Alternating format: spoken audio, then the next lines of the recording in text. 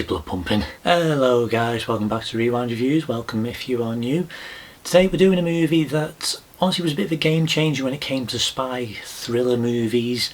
So for this review what we're going to be doing is going back to 2002 to look at The Bourne Identity, the first instalment of the Bourne franchise. It's based on Robert Ludlum's novel of the same name, from director Doug Liman and writers Tony Gilroy and W. Blake Herron. In this instalment, a man is picked up by a fishing boat, bullet-riddled and suffering from amnesia, before racing to elude assassins and attempting to regain his memory. The movie stars Matt Damon, Franca Potente, Chris Cooper, Clive Owen, Brian Cox, Julia Stiles and Adewale Akinnuoye Agbaje. This is one of those big action thrillers that I wasn't really aware of that much about until I was in high school. I remember when Bourne Ultimatum was coming out, because I was going to the cinema a lot more often, and there was a lot of trailers that were being shown for all these different films that were coming out in around about 2007. One of the movies that they kept showing was this thing called Bourne Ultimatum, and it was just this guy jumping through windows and all sorts of... Don't know if I'm really interested in that. One day when I was actually in high school, one of the things that we used to do around Christmas time or just around the holidays is, because there was no exams, we basically had finished all the coursework and everything that we were supposed to do, so there was nothing to do. So we'd put on films, we'd put on DVDs or just go on phones or something like that. But one of the things that we ended up doing was, let's put a film on today. So we put on something and it was The Bourne Ultimatum. Problem is, because none of us had actually seen the first two, we didn't really know what was going on. So he was sort of explaining what this movie was about. We only saw about half an hour of it before the bell went and we had to move on. It was a bit too much away about what happened in the first two, but my experience with that and seeing what it was that this movie was going to be, or what this franchise was, it really did make me quite curious about what the whole franchise was going to be. So I don't know whether it was on TV or actually I might have seen a bit of it on TV. ITV2 tends to repeat these movies quite a lot, especially the first one, and I think I saw a little bit of it and I kept thinking, I really want to watch this, I really want to watch it, and I kept missing it every time it was on. And I'd gone shopping and I was having a little look around DVD section and I found the trilogy of all three movies. I just decided, you know what, I really want to have a look at this. Golden opportunity to actually buy it and see what all the sequels were and actually finish the movie that I saw back in high school. So let's actually have a look at it. So I managed to actually sit down and I watched all three of them over 3 days, and I really loved them. And one thing that I noticed very early on was how a lot of the style that these movies had, all three of them, had sort of influenced a lot of big action movies that were coming out around about the same time. And to this day, with things like Casino Royale borrowing very heavily from it, even though it's quite close to the book, it is a lot more aggressive and it's a lot closer to what the Bourne movies were. And then we have things like Mission Impossible, which I would say does have a few little elements from those movies, plus even John Wick as well, with the pencil killings. There's definitely a lot of elements of that. I don't know how much influence those movies really had from Bourne, but it's definitely been there, especially with Black Widow, which was pitched as a Bourne style thriller. And that was one of the reasons why I was a bit disappointed with that movie, because that's not really what we got. We got half a Bourne movie, which is pretty great, and then it just sort of trailed off into something else towards the end. So I was pretty excited actually getting to revisit this one, because these are films that I really have enjoyed over the years, and I haven't seen them in a good couple of years or so now, but it was just really nice actually sitting down and getting to revisit them. And one of the things that I really do like about this movie is the casting. Matt Damon is fantastic as Jason Bourne. I love how he portrays the amnesia, I love how he portrays his frustration, how shocked he is at all these skills that he has. Plus when it comes to the more physical elements, the way he's able to handle himself in a lot of fight scenes. I know there are stunt doubles involved, definitely, and praise where praise is due, because they do an incredible job in this movie. When it comes to the Matt Damon stuff, when he's the one doing this, he really does throw himself into it and it really does sell his role. And that even goes for Franca Potente, who plays Marie in this movie, because she is somebody who's kind of picked up along the way, and it would have been very easy for them to just sort of had to just be a person who's just sort of swept up in it and not really have her sort of participate that much.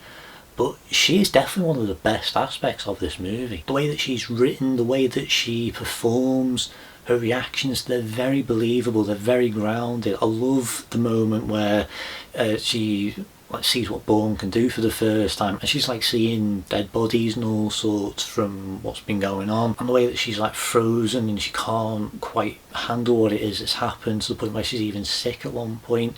I think it is very believable, it's very grounded, and it really does make the character very relatable. There is also a really nice chemistry between them as well, because there is definitely an undercurrent of a love story in here, but it's not too prominent, but it does kind of build on what these characters do sort of mean to each other. Because I really do like that moment where they're in the Mini and they're just driving down the road and Marie's just kind of talking, Bourne's just sort of like not really sort of paying attention, but he is actually listening to her, and she sort of like trails off, and then he's like, and what? And it's just the way that the two of them just sort of bounce off each other, and I really do like how they interact, and really love how those characters work together. You know, we even have our baddies of Chris Cooper and Brian Cox. They're really good as well. They could have come across as just like cliche, like shadowy, we're behind everything kind of people, but I love how they handle their roles as well. Again, they feel very realistic and grounded. They are quite surprised that Bourne is doing what he's doing, and the way that they're trying to sort of like cover it up but sort of uncover what's been happening, and it is very well handled. I love how both of those performances work, because they both have a different level of importance. Because when it comes to like Brian Cox's character, like he's here, he is there, and he's mostly there to kind of sow the seed for what's going to happen in Bourne Supremacy. But what they sort of do with him is fine. It definitely serves its purpose. Chris Cooper's more the central antagonist for this movie, and again, he serves his purpose. I do think that there are definitely elements where I think that I don't know what else they really could have done with him, but it's fine with what they have. When it comes to the antagonists overall, they're more just sort of like the ones sort of controlling everything, but what you really have in this movie is a variety of different challenges that Bourne has to overcome, and that comes in the shape of 3 different assassins who are all on his trail. They all provide a different challenge to him, and they all rely on different skills, and it forces Bourne into different situations. Like one of the guys just straight up attacks him and it's like a full-on fist fight, but then another one is like a sniper who's hiding off in the fields, and that's really stealthy mission, and it's really well handled. And the balance of these characters is very well done, because it would have been so easy for this movie to have felt very cluttered and messy, because there's all these characters and all these cogs that are all sort of spinning at the same time, but it all knits together very well. Everyone is introduced very naturally into this movie, which definitely helps, because this movie is a bit complicated. It's one of those films, one of those franchises that definitely benefits from repeat viewings, because you start to understand everything a lot better, because this movie is a mystery. First and foremost, this franchise is more a mystery than anything else. There's definitely a lot of action in here, there's definitely a lot of spy elements, but I think if you are going into this just expecting an action movie, you'll get it, and it's very satisfying, but it is a lot more of a mystery movie, and you may not be on board with everything that's going on. For me, I like a good mystery. This really is very engaging. The only issue is that it is a little bit complicated, and it can be a little bit much at times, but it is very well handled. It's a very fast-paced movie as well. Like, it's straight into it. You don't even have like a little bit of a breather to kind of ease you into this film. It is straight into it. It's a very character-driven plot, with Bourne just trying to find out who he is, with all these little breadcrumbs that sort of lead him on to discovering maybe a potential name or a potential lead that can take him somewhere else. And it is very well handled, and again, it really does benefit from repeat viewings, but honestly, it is great no matter what. I think it is definitely getting a lot harder to really sort of watch this movie with completely fresh eyes, because this plot of the amnesiac guy who just happens to have all these amazing skills and he can just do all these amazing things, it's kind of become a bit of a repeated story over the years, and I think this is the best version of it. I also think it's probably one of the earlier ones I can really sort of think of. There's definitely going to be like others before this, like, correct me if I'm wrong. From my experience, this is definitely one of the earlier ones that I can really sort of think of, and it's one of the ones that is really handled better. I think compared to a lot of other trilogies that are out there, like, think of any sort of trilogy these days, there's always like those overhanging plot threads to sort of guide you into the next movie, but like they sort of force you into watching it because they don't really resolve anything. This is one of those rare times where it actually does feel like you could just watch this one and not need to see the other two movies to understand it. And I really like that, and I would kind of like to go back to those days, but you know, times change. I don't mind when you have movie trilogies that do have like a continuous story that you have to see the early ones to understand the next ones, or you need to see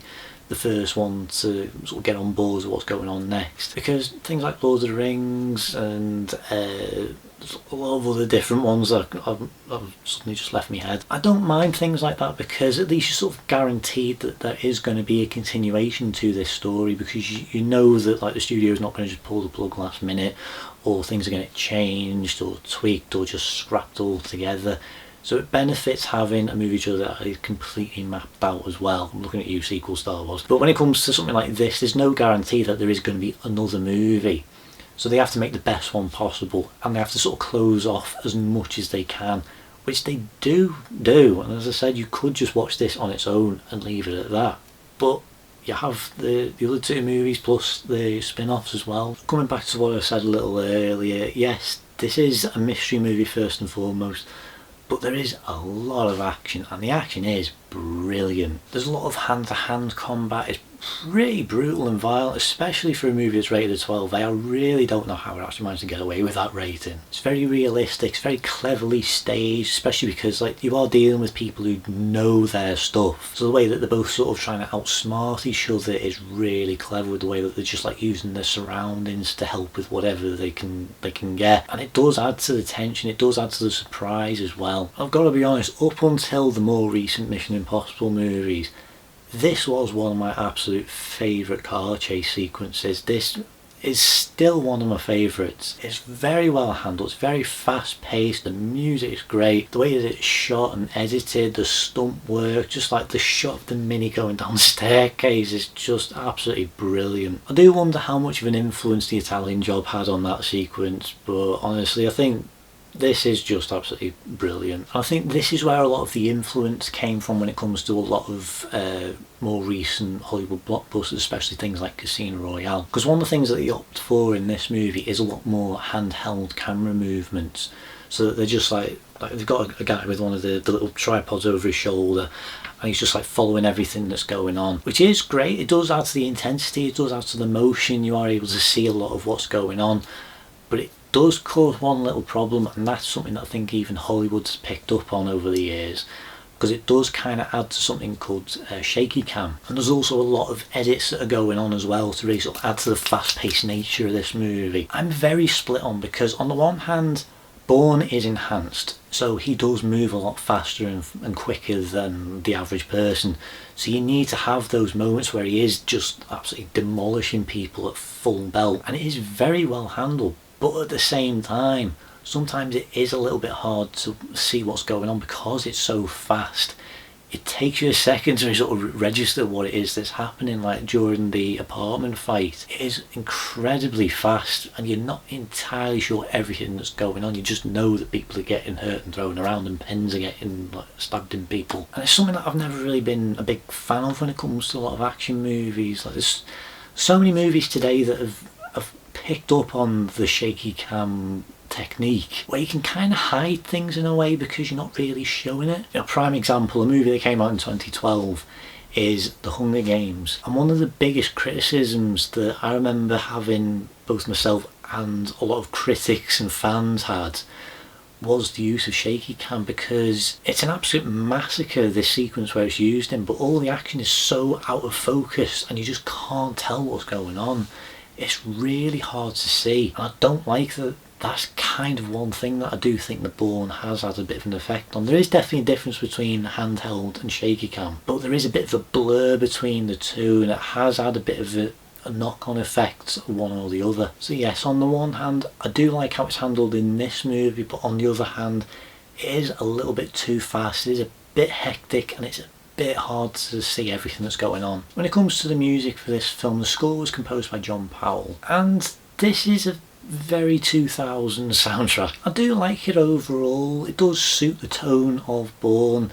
It's got like this very sort of bassy, sort of fast-paced nature to it, but it can be quite quiet and reserved. I like that balance that it does find. I think the main theme for Bourne Identity, I think it's quite generic, it is very repetitive, but it's kind of catchy, and it is definitely something that you do remember, and it does stay in your head, which is a slightly ironic thing for me to say when this movie's all about an amnesiac. I do like the theme, I do like the soundtrack overall. I love the song choices that they've used in this movie. Again, very 2000s, but it really does suit this movie, it really does suit the era that this film came out. I really do like that Extreme Ways has kind of become like the anthem of this movie series, because every movie ends with that song playing, and it does work, it does suit this franchise. I really do like it. It's something that is sort of continued on in all the movies. Dare I risk a copyright claim doing it for this? One big part of this movie that I do need to mention, I do need to sort of have like its own section dedicated to, is the stunt work, because stunt work, it isn't something that I often bring up a lot, and I really should do, because I am somebody who does kind of champion like the stunt coordinators and performers all sort of getting a lot more attention that they really deserve, because they put their lives on the line for entertainment purposes. And this movie does have some incredible stunt work from like the drivers, from even like Matt Damon himself actually doing the wall scale scene, where he didn't do the whole thing, but I think it was a good few feet or so, and it's completely him doing it. It's really good, and I'm really glad that he managed to get involved in it. But stunt work is really well handled in this movie. It does manage to keep the grounded sort of quality to it. It doesn't go too over the top in the way that like the John Wick movies do. It does manage to find a really good balance of sort of having the enhanced side of Bourne, but still keeping it very realistic. And it definitely helps that it does have that sort of brutality to it. It really does push what the 12A can really sort of do, and the stunt work really helps for that. Overall, I think this is a brilliant movie. I think this is a fantastic start to the franchise. It hits all the right notes, it hits all the beats properly. There is definitely a really great emotional story that goes through this. I love the mystery, I love the action. Sort of split on the editing and some of the camera ideas that they went with, especially like some of the slow-mo scenes are a bit strange, but they do suit this movie and what sequences they are actually used for, so I don't mind it too much. I like the soundtrack, I like the songs that they use. I love the casting for this movie. They really do bring something to these roles. They're very human, they're very realistic. There's a lot of like real conversations that they do have, and it really sells how believable and grounded this film is. The stunt work, the sets and locations, everything works very well. The only issue that I do have is a few of the action sequences where it is a bit hard to see what's going on, but that's the only complaint that I really have for this film. So with all that being said, my rating for this movie is going to be 9 out of 10. If you like a good mystery, if you like a good action movie, if you like just a character built drama film, this is highly recommended. I really recommend checking this movie out, and I definitely will say make sure you watch part 2 and part 3 as well, because they are really worth it. So that's pretty much everything I've got to say for today's review, so thank you so much for watching. Please like, please subscribe, hit the notification button to keep up to date on everything that's going on this channel. I am available on Facebook, rewindreviews.youtube, where you can basically just follow like what I get up to and view the thumbnails that I make for this channel. If you've seen this movie, let me know what you thought about it down in the comments. Let me know what movie in the trilogy is your favourite. Where would you rank it when it comes to the entire franchise, including the spin-off films? Also, if you have any suggestions for other Rewind reviews that I could do, like films, TV, game, if it's something that I can actually get access to, then definitely suggest them down in the comments, and I'll try and get around to them as soon as I can. Cue that music. Yes, we're going to risk a copyright claim for this video, so one last time, thank you so much for watching. I'll see you next time on Rewind Reviews. Take it away.